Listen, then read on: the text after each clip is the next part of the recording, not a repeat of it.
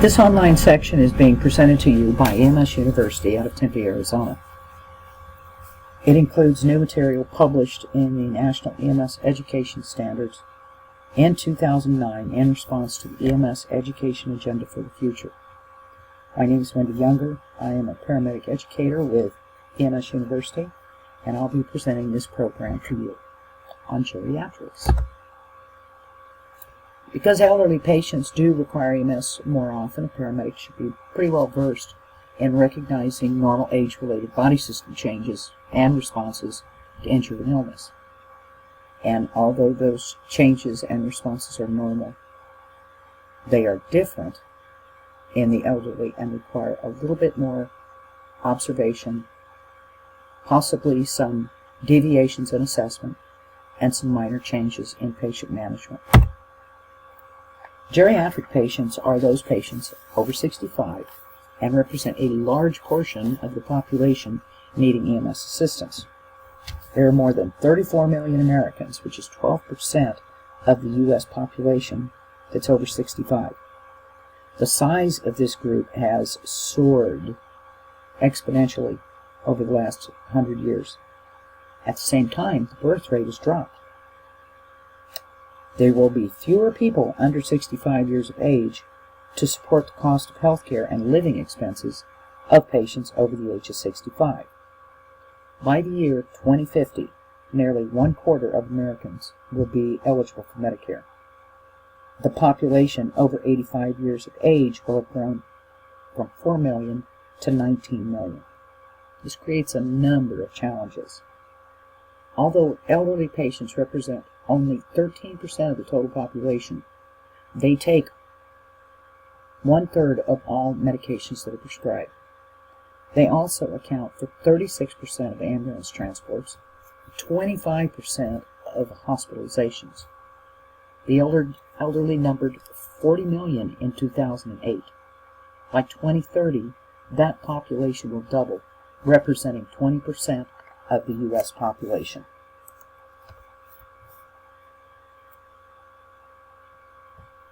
Body systems changes in the geriatric patients. The aging process happens at different rates in different people. Okay. Organ systems also age at different rates within each individual.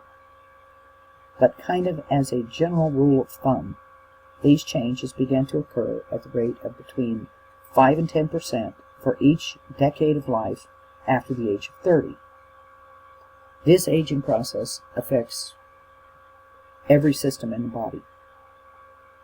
Elderly patients have some particularly important changes that occur in different systems: cardiac, respiratory, central nervous system, musculoskeletal, etc. In terms of cardiac changes, between the ages of 30 and 80, cardiac function declines by 30%, and degenerative processes themselves affect the way the heart functions and perfusion occurs. This is primarily a result of atherosclerosis. Okay, the atherosclerosis leads to a gradual increase in peripheral vascular resistance after 40 years of age.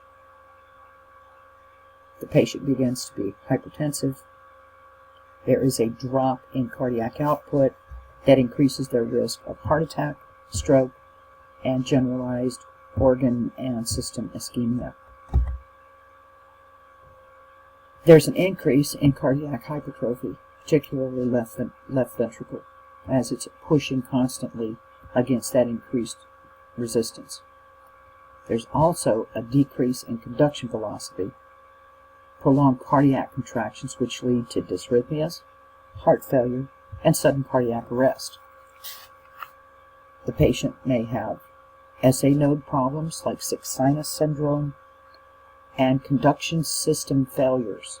And in terms of conduction system failures, we're talking about a slowing, okay, a slowing or a block.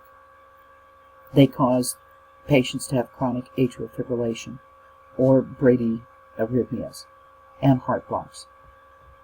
There's also a drop in baroreceptor effectiveness, which can be caused just by decline in the baroreceptors, but also by medications.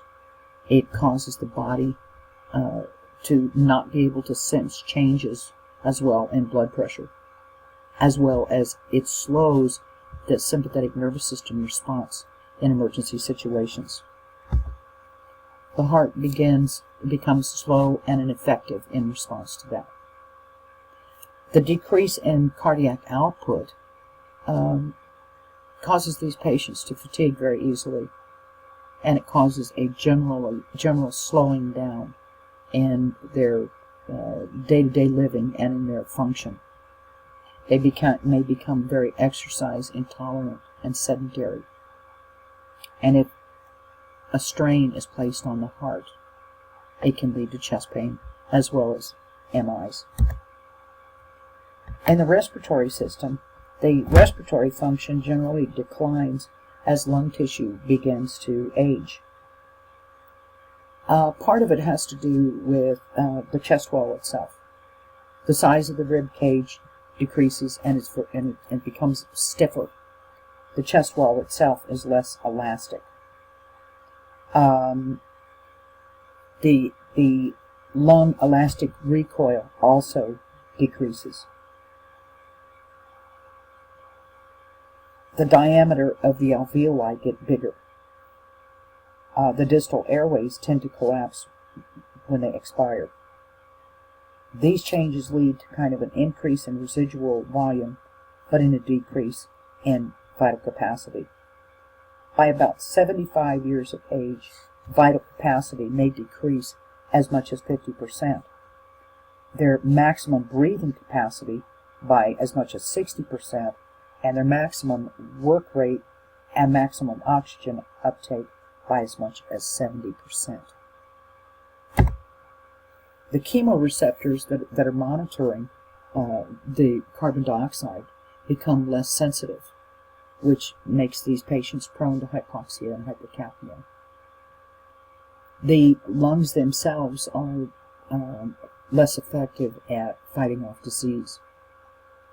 The cough reflex lessens. The gag reflex lessens. It allows for more particulate matter to enter the lungs, and it also increases their risk of aspiration. There are less functional cilia in the bronchus that would capture particulate matter and move it out of the lungs. And their mouth and their nose secrete less antibody substances to fight disease. The mouth and the nose also secrete fewer antibodies to fight disease. Kyphosis. Up to 67% of all elderly patients have kyphosis. It lessens the available chest expansion space. And because of the weakening of the muscles, when these patients go into respiratory distress, they end up going into respiratory failure earlier when they're in a respiratory crisis.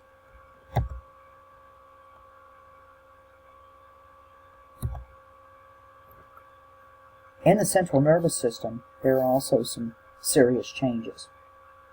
Okay? Although it used to be thought that mental dysfunction in a geriatric patient was just caused by senility, okay, it's no longer true, okay. Intellectual functioning in the elderly deteriorates selectively, and it may be caused by a number of organic causes, okay.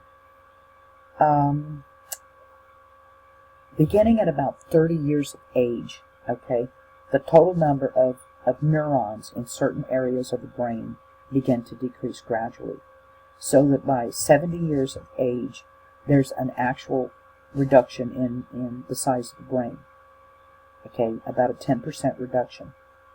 Those things, including cerebral blood flow and changes in the location and the amounts of certain neurotransmitters, can contribute to changes in the central nervous system. The velocity of nerve conduction in the peripheral nervous system also declines with age. That leads to changes in motor or position sense and causes delays in their reaction time and motor responses. Other gradual changes can be caused by decreased visual acuity and hearing. Okay, it can affect their wake sleep cycle. When the brain changes or loses size up to 10% and it atrophies, not only does it affect thirst, hunger, pain, and hot and cold sensation, but it's also more susceptible to bouncing around in their head when they fall. They have a higher incidence of subdural hematomas, and they can sustain a serious head injury from a standing position.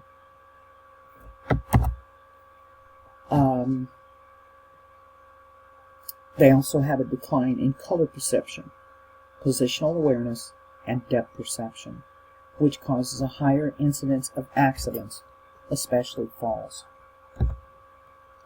Gastrointestinal and genital urinary. With the sense of smell and taste diminished, elderly patients often fail to eat and drink as needed. Okay, this leads to malnutrition and dehydration.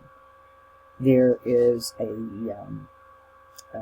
general consensus that almost all elderly folks are somewhat dehydrated because their thirst mechanism is depressed. Their saliva production decreases. Okay, along with that, they have it makes it harder for them to chew and harder for them to swallow because they have a depressed gag reflex. They choke more. They also have a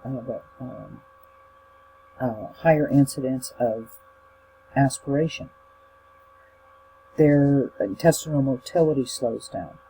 Their stomach has decreased hydrochloric acid production, which causes problems with digestion. They also have problems with food absorption and constipation. They feel full early, so they stop eating, and they lose weight. They also have fewer taste buds, so there's a loss of food enjoyment, and they have a decreased appetite. They'll tell you nothing tastes good. Along with that, problems with their teeth. They lose teeth, their gums will atrophy, they're not able to chew what they need to. In terms of liver function, the liver decreases in size and function and slows down. Not only does it affect drug metabolism, but it also affects the formation of red blood cells. The renal system. There are structural as well as functional changes in the kidneys. Renal blood flow falls an average of about 50% between the ages of 30 and 80. Okay? That reduction in blood flow also has something to do with a decrease in what's filtered through the kidneys. That the entire mass of the kidneys decreased by about 20% between the ages of 40 and 80. That decline in kidney function puts them at a greater risk from renal failure, from trauma, from obstruction, from infection, or vascular occlusion.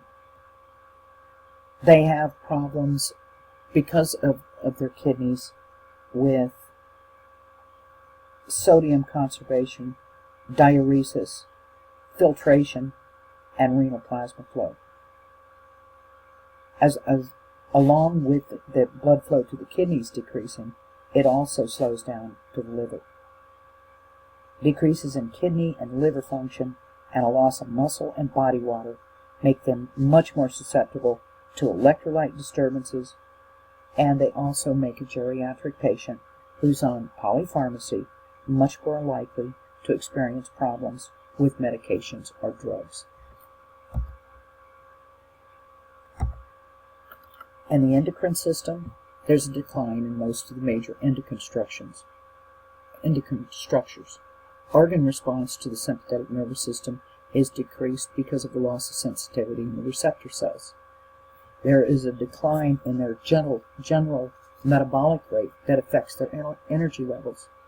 Elderly patients fatigue quickly. There is also an increase in insulin and an increase in carbohydrate intolerance. The body doesn't respond as well to thyroxine, which affects their metabolic rate.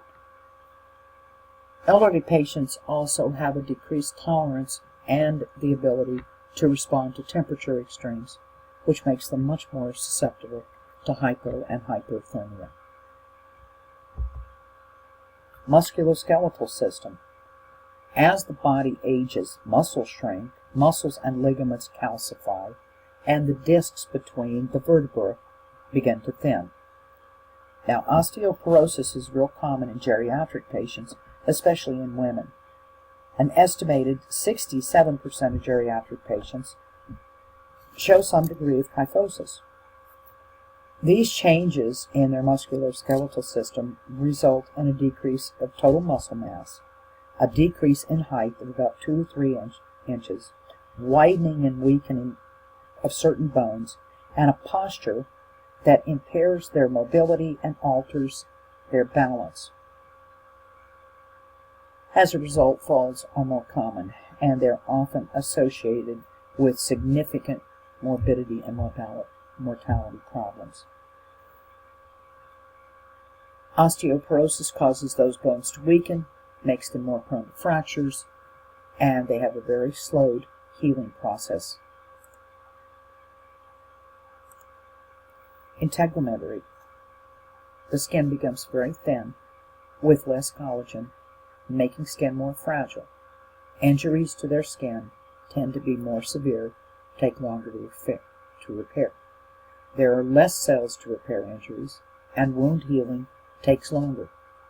Less sweat is produced, their sense of touch is lessened, and sub-Q fat decreases, so that they're more susceptible to hypothermia, but also they don't have any padding. The skin barrier breaks down, making infection more prevalent, because they have less beneficial microbes on the skin to fight infection. Factors that can affect mental function in the elderly are, number one, medications. Patients are taking anticholinergics, antihypertensives, anti-dysrhythmias, sedatives, or even medication for depression. Alcohol can also affect mental function. A very little bit of alcohol. Electrolyte imbalances like acidosis or alkalosis. And then, of course, medical complications. Chronic medical problems that the patient is taking medication for. Social factors. Physical disabilities can affect their social interaction. They can't get around as well. They can't hear as well. They can't see as well. And they become isolated and lonely and depressed. Loss of friends or family can cause isolation and a loss of social worth. They also have a lot of worries about health and financial issues. And depression can lead to a lack of activity. Lack of activity can lead to quality of life issues, drug and alcohol use. Up to 20% of elders use alcohol, and suicide attempts. Other changes in the elderly. There are other changes that occur with aging that include changes in body mass and total body water. Okay? That decrease in total body water can lead to dehydration. A decrease in the function of their immune systems.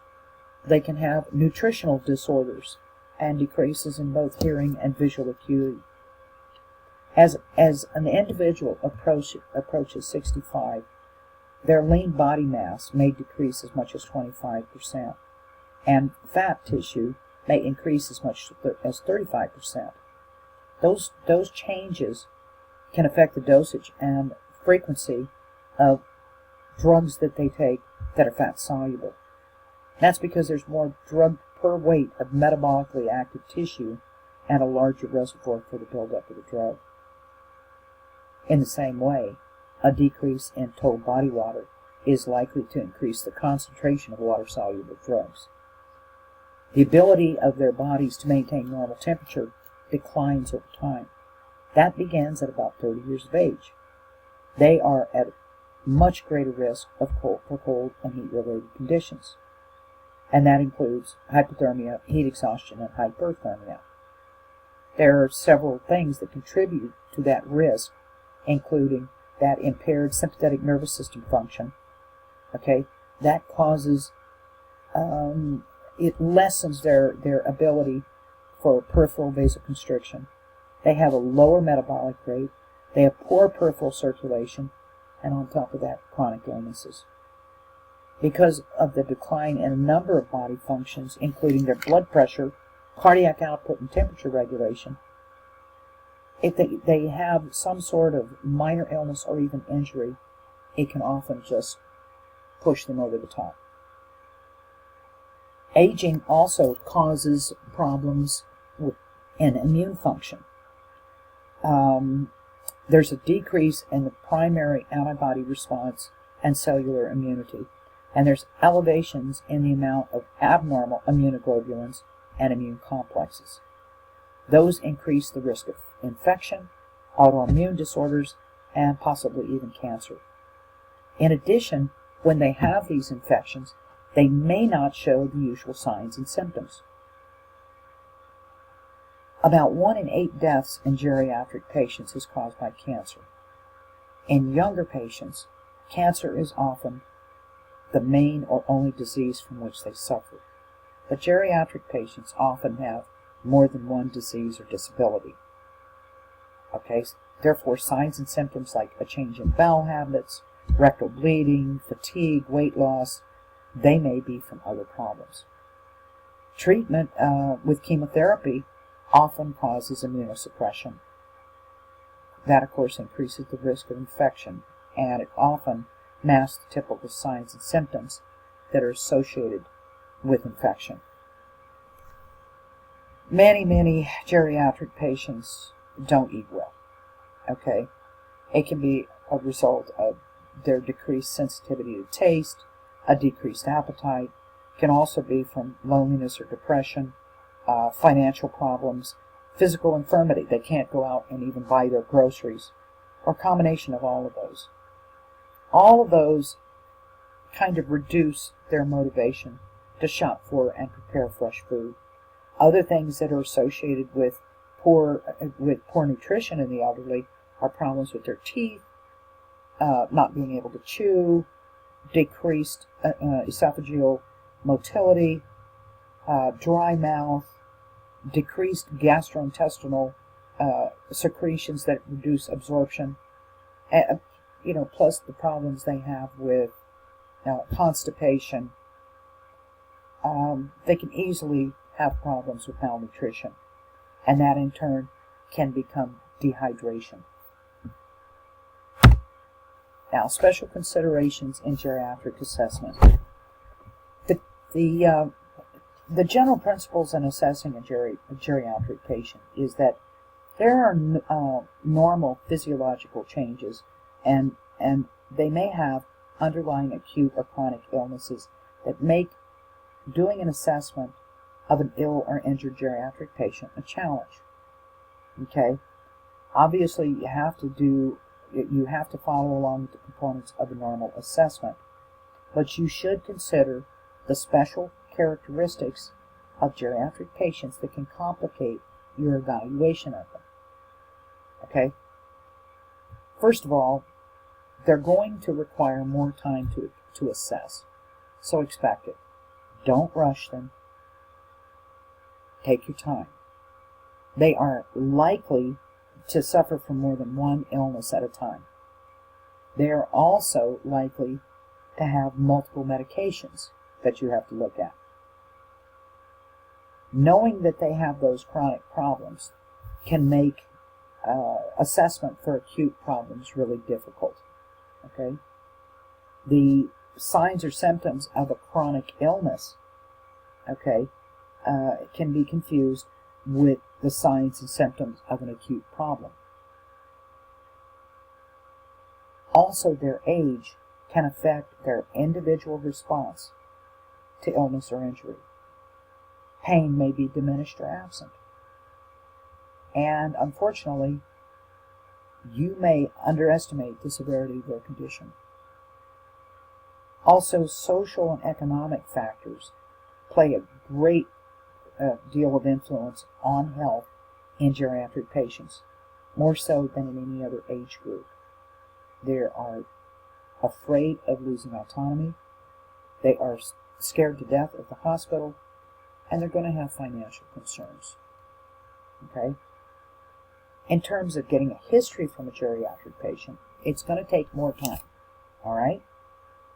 In addition to a longer medical history, because of their age, their chronic illnesses, and their medication, they may also have some issues with sight or hearing. Okay? Questioning elderly patients who is fatigued or is also easily distracted can lengthen your interview process. Okay? When you're communicating with an elderly patient, always identify yourself. Call them by name and maintain eye contact. Locate their hearing aid, their eyeglasses, or their dentures if needed. Turn on lights so you can see what you're doing. Speak slowly, distinctly, respectfully. Use their surname unless they request otherwise. Listen carefully. Be patient and be gentle. When you're doing the physical exam on an elderly patient, okay, a couple of things that you need to remember is, number one, once again, they may tire easily. Number two, they often wear a number of layers of clothing for warmth. That may hamper your examination. Respect their modesty and their need for privacy. Explain what you're going to do before you do it. Be aware that they may minimize or deny symptoms. And try to distinguish the symptoms of chronic disease from acute problems. If you have the time, assess a geriatric patient's immediate surroundings for evidence of alcohol or medication use, for example, insulin syringes, vial of life, or even medical alert information, the presence of food, the general condition of their housing, the signs of adequate housekeeping ability and personal hygiene. Those kind of observations are going to help provide information to the doctor about the patient's general health and ability for self-care after they are released from the hospital. You should question friends or family members who are present about the patient's appearance and responsiveness now versus the patient's normal appearance, responsiveness, and other characteristics. You might also discreetly ask about advanced directives. If those documents are available, try to get hold of them and get that information to med control. Also, in terms of transport, gently handle and pad the patient for comfort if transport is needed. Some of the key points in to remember in assessing a geriatric patient is that, number one, they have diminished pain response. They may not feel pain in response to an injury, chest pain, or even a fracture. So a complaint of pain has to be taken very seriously. Prickling and burning pain is generally caused by disease or inflammation of superficial structures in the body, whereas aching pain is generally associated with an organ. Skin changes. Now, changes in their peripheral nerves can alter perception of heat and cold. Their skin is normally going to be dry and feel thin. So checking for dehydration in a geriatric patient can be really difficult. You can check the mucous membranes in their mouth. Cold skin in an elderly geriatric patient may indicate hypothermia, even in a private residence. They call that urban hypothermia, and where the ambient temperature is actually not that cold. Hot skin can mean a heat emergency. Elderly patients are more prone to heat emergencies since their peripheral vasodilation is decreased. Fever in the elderly, even with an infection, is rare. Mental status. The sudden onset of altered mental status is not common. It may be an acute illness or injury. AMS in a geriatric patient may be caused by hypoxia, dehydration, an alteration in their blood glucose level, electrolyte imbalances, infection, hypothermia, stroke, or even drug or alcohol intoxication. Airway. Prior stroke or poor gag reflexes can lead to aspiration. Getting an airway in a geriatric patient may be difficult. Their neck tends to be very stiff, so a jaw thrust may be more effective. Watch for problems with dentures in securing the airway. If they interfere with airway management, remove them. If they don't, leave them in place.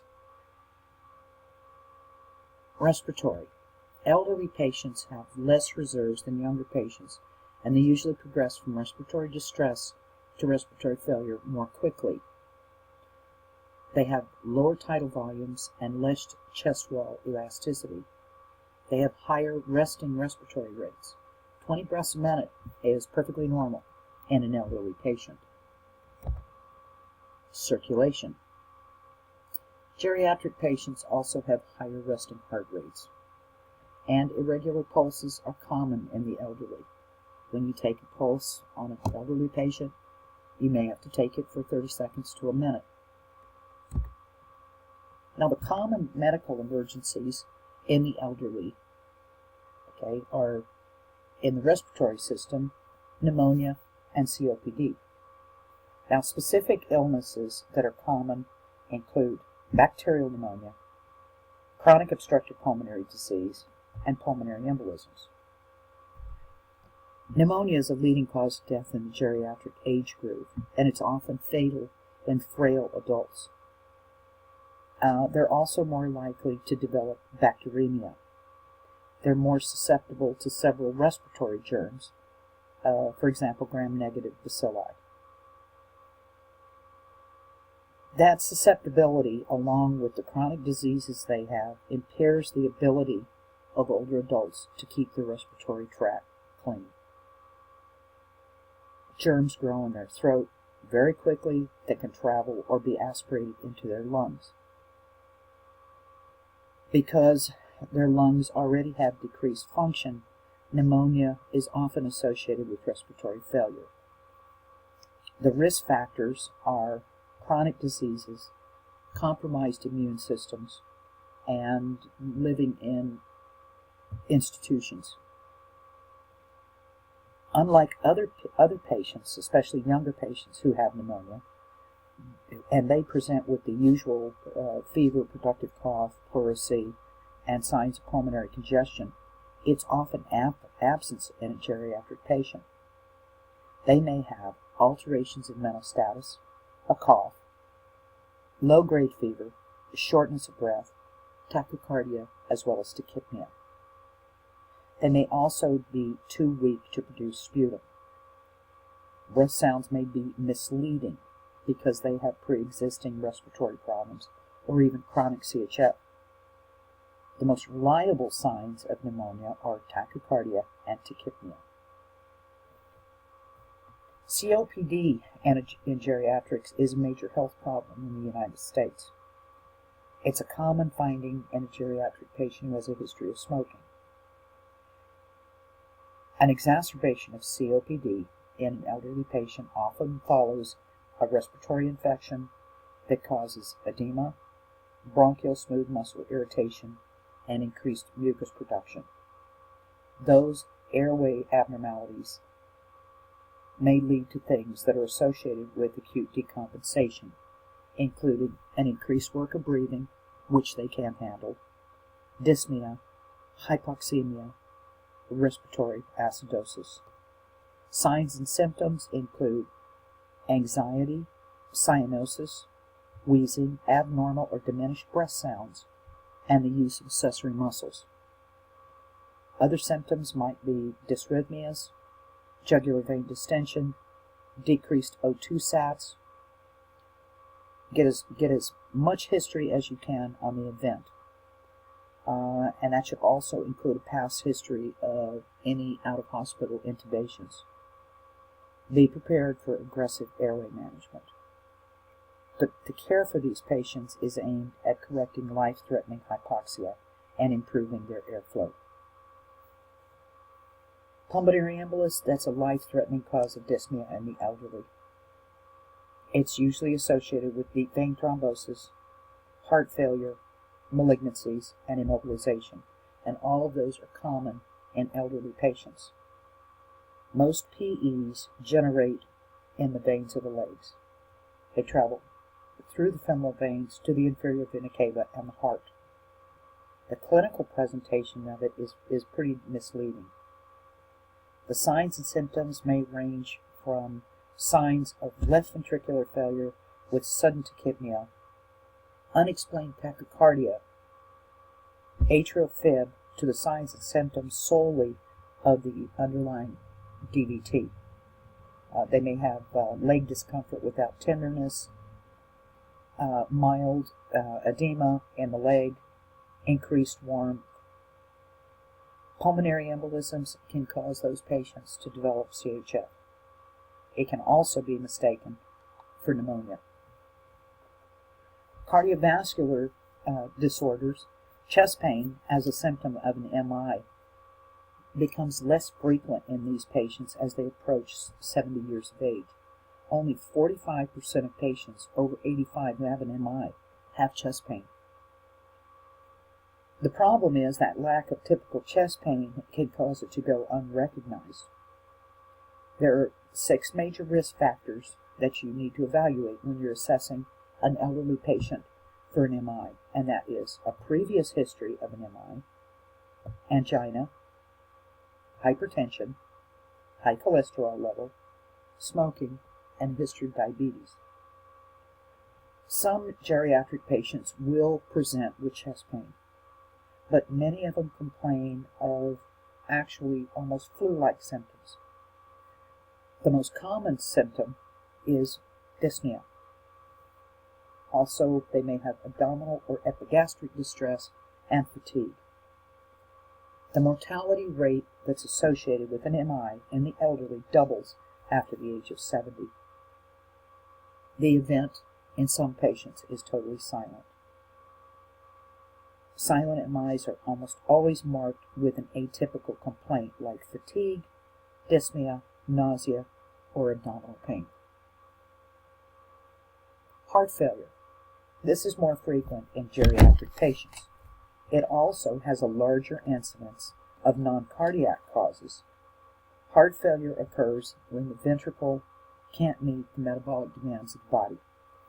It's often caused by ischemic heart disease, disease involving the valves of the heart, dysrhythmias, anemia, as well as hypothyroidism.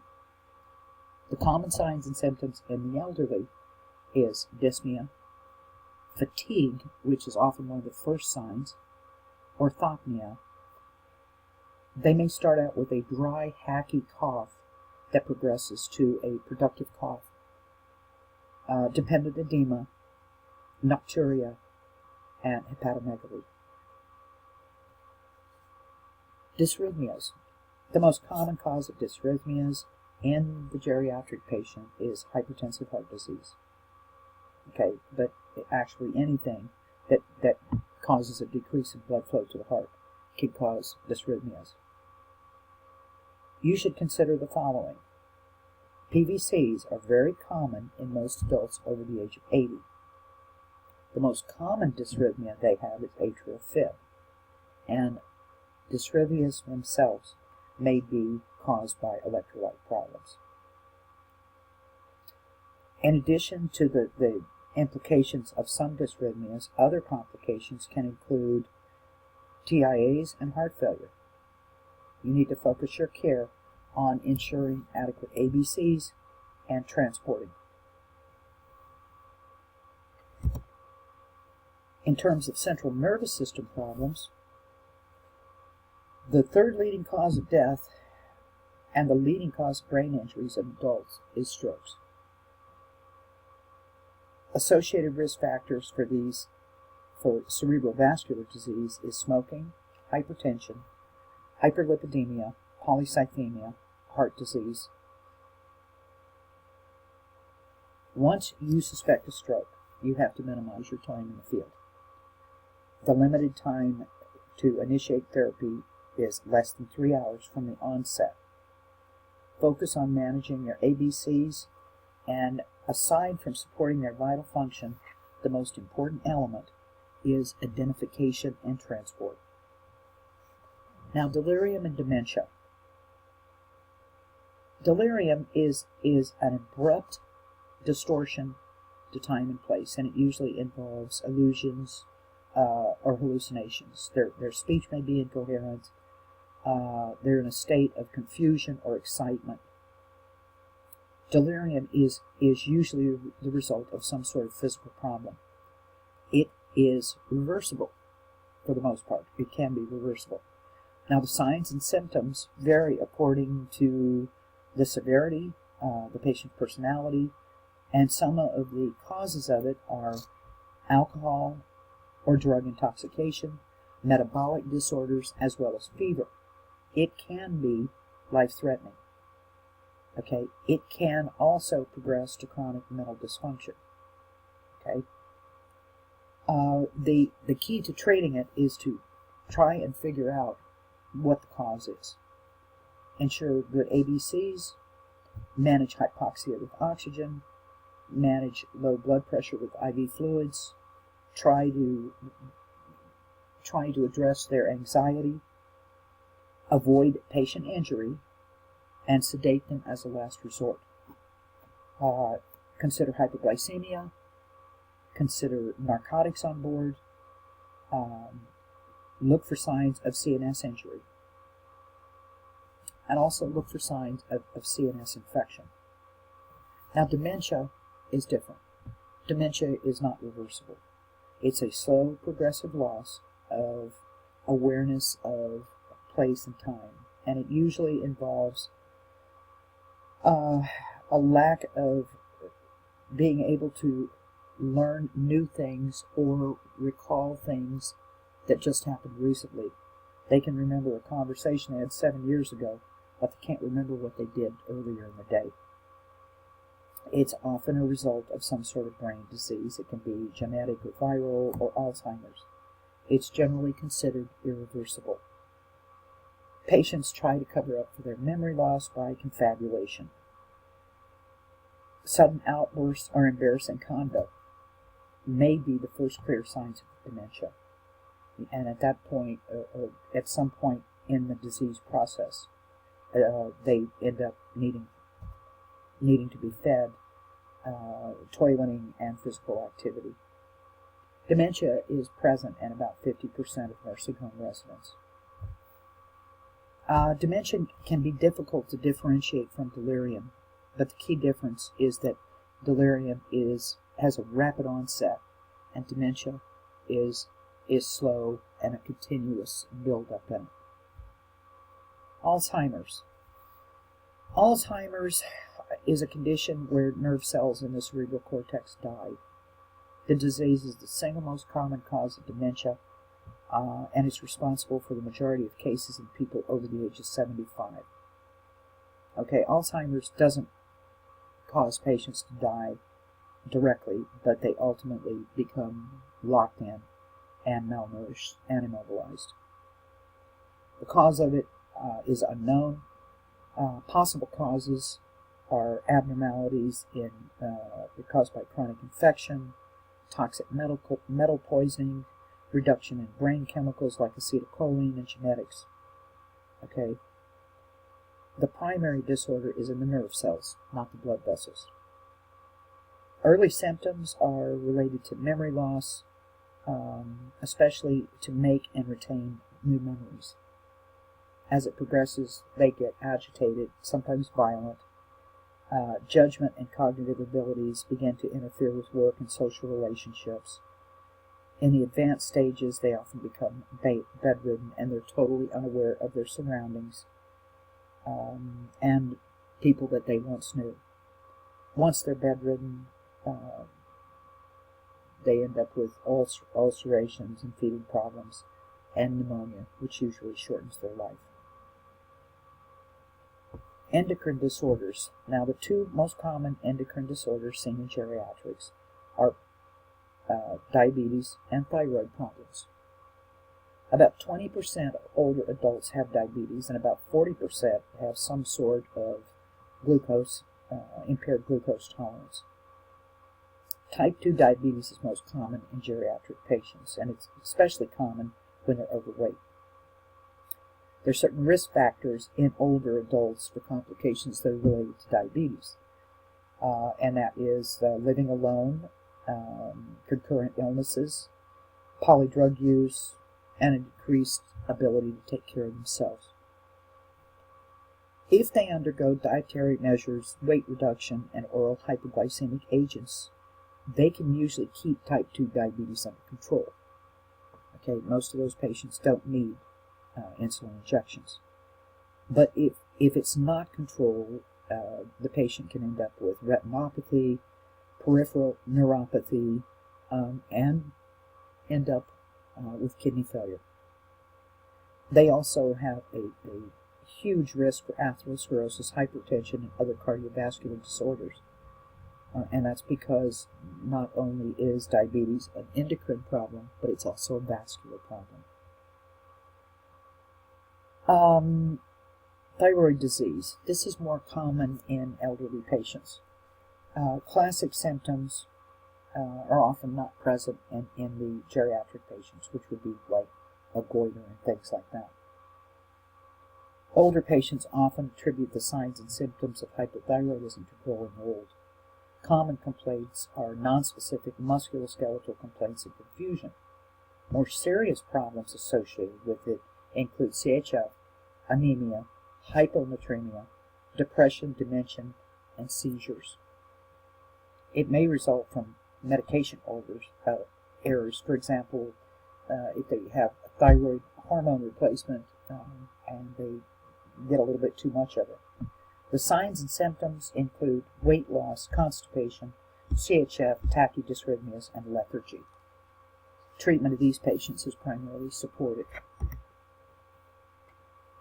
Gastrointestinal emergencies are common in the elderly. You should always consider abdominal pain a serious complaint.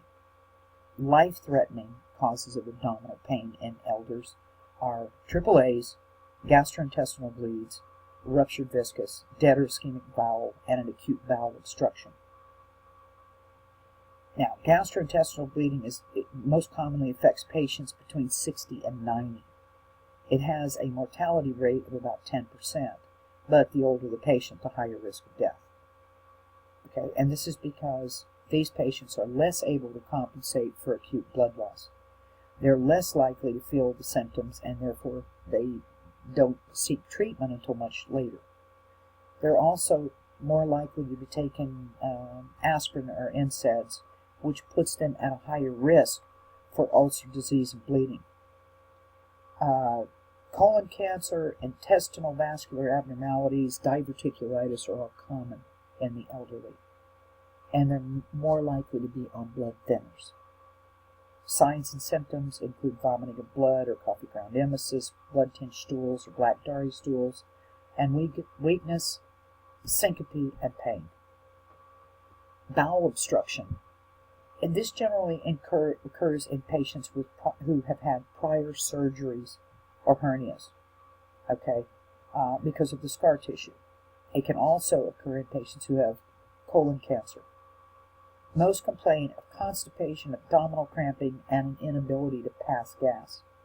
Other signs include protracted vomiting of food or bile and vomiting of fecal matter. Their heart rate and blood pressure are often within normal ranges. The abdomen may also be mildly distended and tender in all four quadrants, but abdominal pain in the elderly is kind of a hit or miss thing. Patients' problems with continence. In order for somebody to have good continence, it requires everything to be correct. Okay? The confidence, sphincter mechanisms, cognitive and physical function, and even motivation.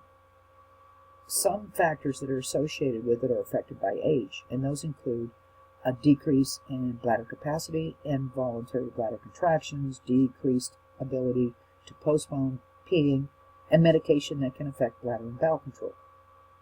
Okay? Incontinence of urine or feces is abnormal at any age. It can vary in severity. It can only be mild or total incontinence with a complete loss of bladder control. Causes are a bladder injury, prolapse of the uterus, a decline in sphincter muscle control, CNS injury or disease, prostate cancer, and dementia. Now, bowel incontinence in a geriatric patient is usually caused by fecal impaction. Okay? That occurs when it's lodged in the rectum and it inflames the lining, and that allows fecal fluid and small feces to pass involuntarily. Other causes might be severe diarrhea, injury to the anal muscles, CNS injury or disease, and dementia. All forms of incontinence is very embarrassing to the patient. If it's chronic, it can lead to skin irritation, tissue breakdown, and UTIs. Skeletal. Arthritis. Osteoarthritis is a common form of arthritis in geriatric patients. Osteoarthritis is degenerative. It is caused by cartilage loss and wear and tear on the joints, and it leads to pain, stiffness, and sometimes a loss of function in the joint. Often it becomes large and distorted from outgrowth of new bone. It evolves in the middle years, and it occurs in some extent to almost all people over the age of 60. Some patients have no symptoms. In some of these patients, they can do some analgesics, NSAIDs, corticosteroids, and sometimes even joint replacement surgery. Newer drugs relieve the inflammation and the pain that's associated with it, and those newer drugs have less of a tendency to irritate the stomach. Now, substance abuse. Substance abuse involving alcohol and other drugs is common in the elderly patients. Okay, about 17% of U.S. citizens over the age of 60 are estimated to be addicted to substances, and this number is expected to rise as the population becomes older. Substance abuse in geriatric population is often attributed to severe stress as the primary risk factor. That stress may be from life changes. Those include age-related changes in health or appearance, loss of employment, loss of spouse or a life partner, illness, malnutrition, loneliness, a loss of independent living arrangements, and other things. If you suspect substance abuse, ask about this possibility with friends and family at the scene. You might also ask discreetly about alcohol or drug use. The cornerstone of therapy for these kind of patients is to identify the problem and arrange referral to a physician for treatment. Environmental considerations. Hypothermia. Patients who are younger often develop hypothermia from extremes in the environment, but an older patient can develop hypothermia while they're indoors. This can be because of cold surroundings or an illness that alters heat production or conservation. Okay? These patients are less able to make up for environmental heat loss.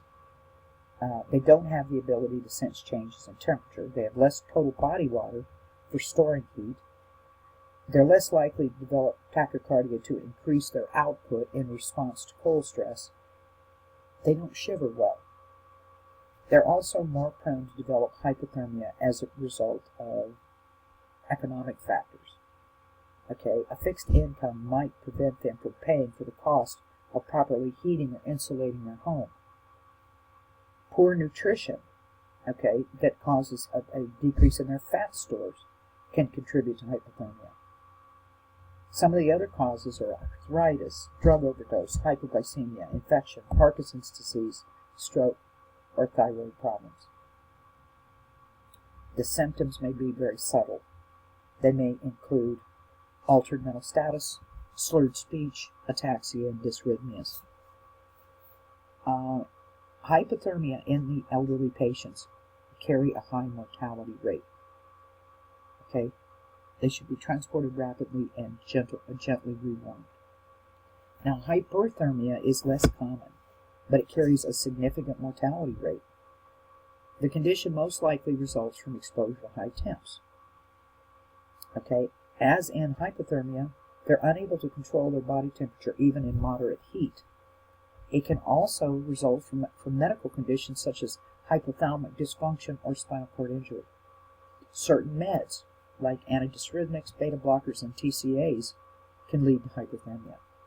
They do that by inhibiting heat dissipation, by increasing their motor activity, and also by causing the cardiac system to be depressed. Illness in these patients can present as heat cramps, heat exhaustion, or heat stroke. Emergency care, remove them from the warm environment, cool them down, ensure their vital functions, and rapid transport. And the last one is psychiatric disorders. 15 million elderly patients are expected to suffer from some kind of psychiatric illness by the year 2030. Okay? And that's in addition to the neurological disorders such as dementia and Alzheimer's. Now, depression is a serious illness. It calls for a physician evaluation. In a geriatric patient, depression is a complicated subject. It can be caused by physiological problems as well as physical causes, and various personality disorders like schizophrenia. Okay? The signs and symptoms vary by individual, and they can include a decreased libido, deep feelings of worthlessness or guilt, isolation, hopelessness, irritability, loss of appetite, loss of energy, sleeplessness, and even suicide attempts. The major goal of care for these patients is to identify the patient who may be depressed and get them to a physician where they can be evaluated, the medical problems can be ruled out, and find out what may be responsible for their depression.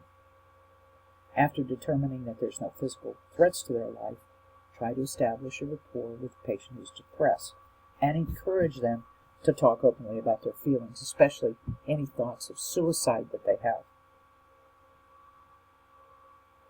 In terms of suicide, the rate of completed suicides for geriatric patients is higher than that of the general population. And most of these people have visited their primary care physician in a month or so before the suicide. A lot of these patients were suffering from their first episode of major depression, which was really only moderately severe, but those symptoms went unrecognized and untreated. Clues and indicators that a geriatric patient may be suicidal, okay, that may be obtained through the patient history or observed by friends and family include the patient talking about or being preoccupied with death and getting their affairs in order, giving away prized possessions, taking unnecessary risks, and maybe there's an increased use of alcohol or drugs, and maybe they just stopped taking their medication, acquiring a weapon, especially firearms.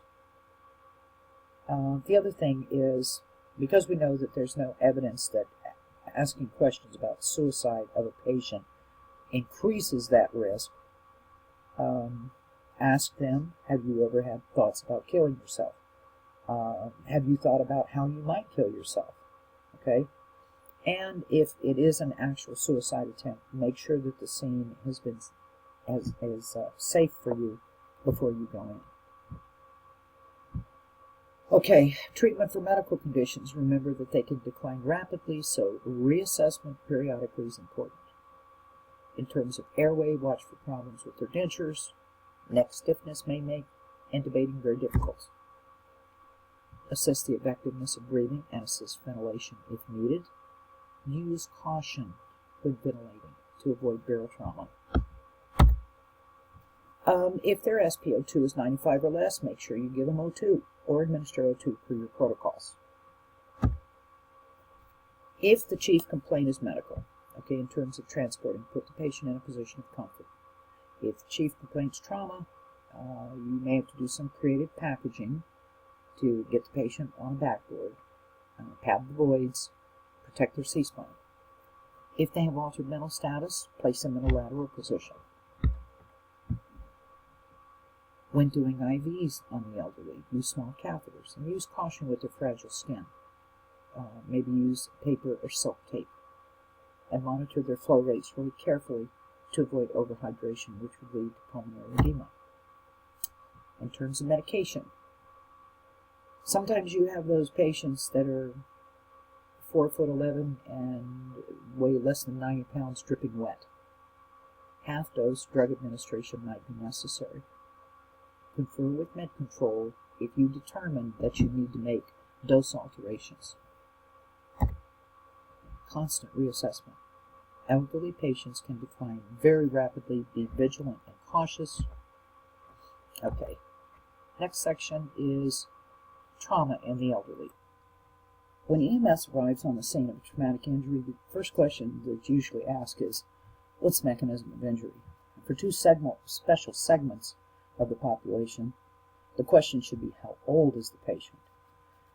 Because if the answer is 65 years of age, their age becomes more an important factor of what's to be done for the patient than the mechanism of injury. Now, beyond the patient's age, the next question should be, what is this patient's history? Because pre-existing medical conditions play a huge part in their chance of survival. A single pre-existing medical condition raises their mortality rate from a traumatic event by 30%, and two or more conditions raise it by 60%. There are more than 15 million licensed drivers over the age of 65 in the United States. Most of these, in 2001, there were more than 3,000 deaths in this age group attributed to motor vehicle crashes. But those aren't related to speed or alcohol. Okay, rather they're related to errors in perception or judgment or delayed reaction time. A large number of older adults are injured as drivers or passengers in moving vehicles. Okay, there's also about 2,000 pedestrian fatalities among older adults each year in the United States. This accounts for about 20% of all pedestrian deaths from trauma. The risk of death from multiple trauma is about 3 times greater at 70 years of age than at 20. And that's because they're more susceptible to serious injury from equivalent degrees of trauma.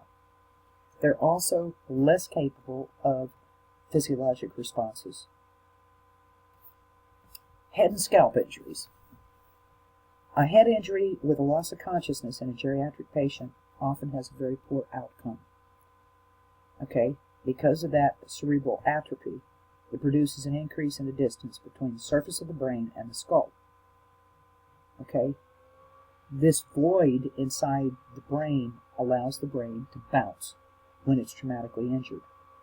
And there are little tiny bridging veins that are stretched across this space, and they're more easily torn. That usually results in a subdural hematoma. They can accommodate large amounts of bleeding inside the brain before the signs and symptoms of increased intracranial pressure are noticed. They're also at high risk of injury to the C-spine because of the arthritic and degenerative changes that are associated with aging. There's increased stiffening and decreased flexibility of the spine, and also spinal stenosis, narrowing of the spinal canal.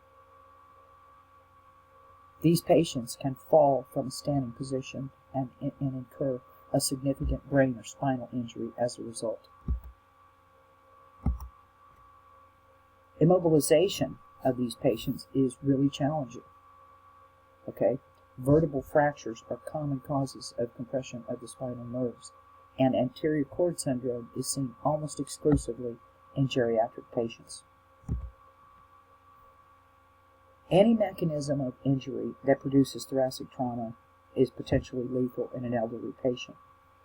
The chest is less elastic, it's more susceptible to injury. The pulmonary system also has very marginal reserves because of the reduced alveolar surface, decreased patency of their small airways, and the fact that their chemoreceptors have less of a response. Injuries to the heart, the aorta, and the major vessels are also of risk. Okay, and that's because of decreased functional reserves. It's also because of anatomical changes that make injuries in those areas more significant. A myocardial contusion might be a complication of blunt injury. Okay, if it's bad, it can cause pump failure or even life-threatening arrhythmias. Cardiac rupture, vascular injury, and aortic dissection can also occur with significant blunt chest injury. When the mechanism of the injury that they incur produces rapid deceleration, you should consider the possibility of dissecting aneurysms. Okay? Those dissections in the elderly are often not immediately fatal. Okay? Another problem is the heart can't respond as effectively to an increased demand for oxygen. They have that slowed conduction system, which can cause ischemia and dysrhythmias when they have significant trauma. And they can occur even if the heart hasn't been damaged. The mortality rate in an elderly patient for a single rib fracture can be as high as 12%. Added to that is respiratory complications like COPD, CHF, asthma, and even cancer. Just remember that their chest musculature is very weak and it tires, and then it fails very rapidly. Abdominal injuries have more serious consequences than injuries to any other body area. They're often much less obvious. Okay? They're less likely to tolerate abdominal surgery as well. Okay? They're highly likely to develop lung problems and infection following surgery, which is the only way to fix these. Their liver and spleen are much more likely to be traumatized, and bleeding can go unnoticed because of the lack of pain perception and the slow response of the sympathetic nervous system, as well as the patient taking beta blockers.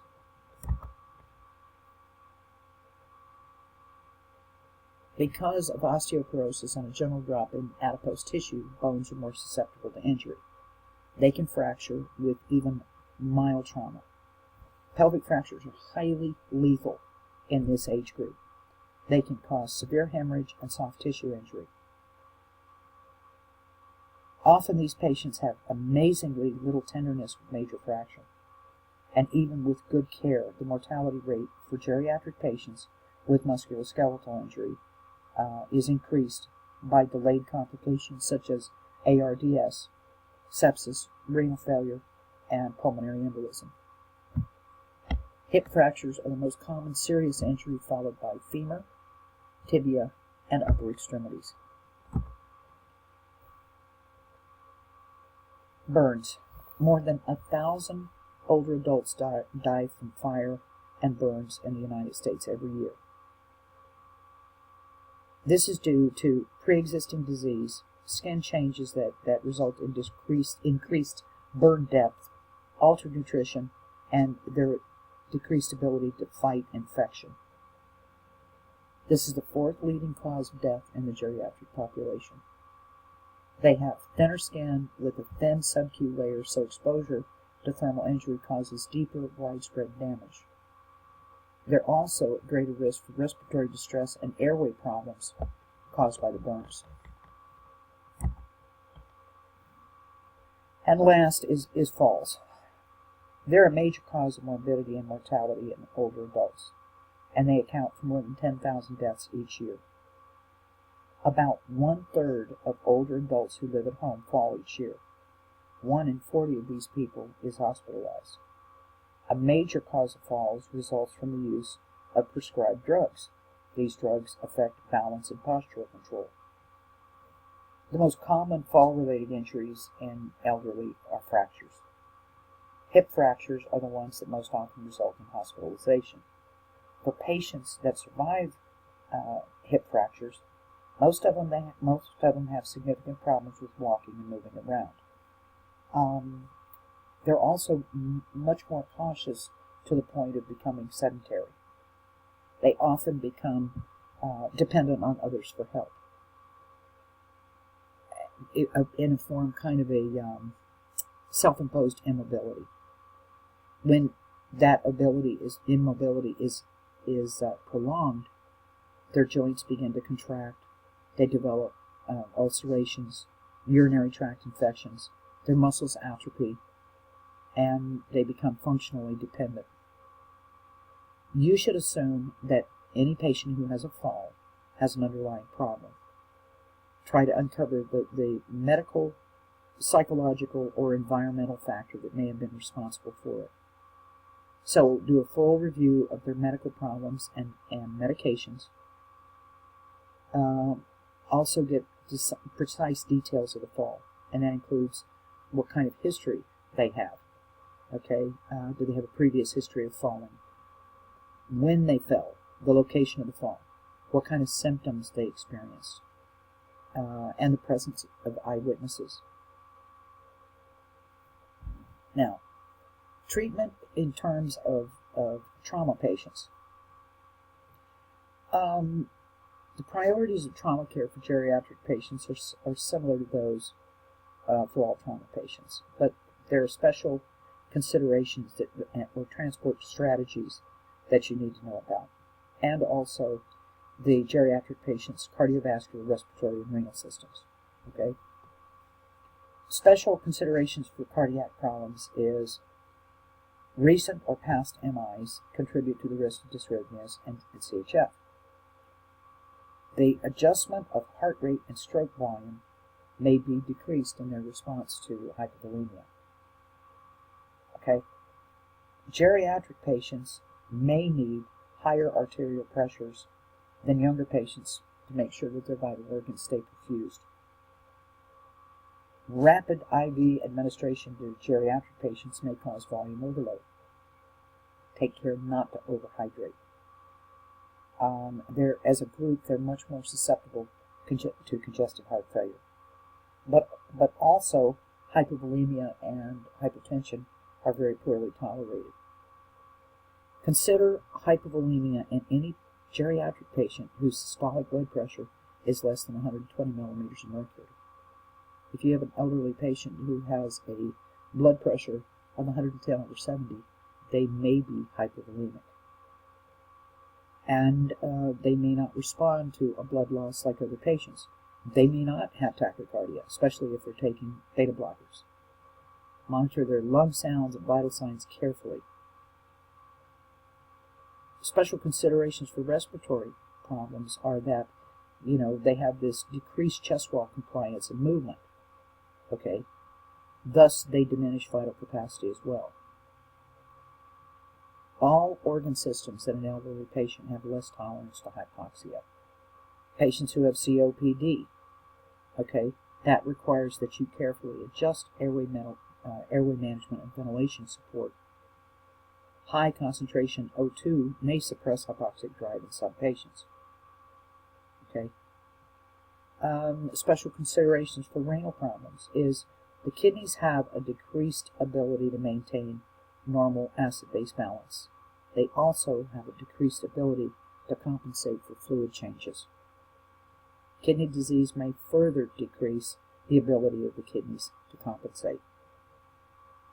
Decreased kidney function places an injured geriatric patient at risk for fluid overload and pulmonary edema if you're not careful with your IV fluid therapy. Considerations for transporting is positioning, immobilization, and transport may require modifications to accommodate their physical deformities, as in spinal abnormalities or kyphosis or whatever.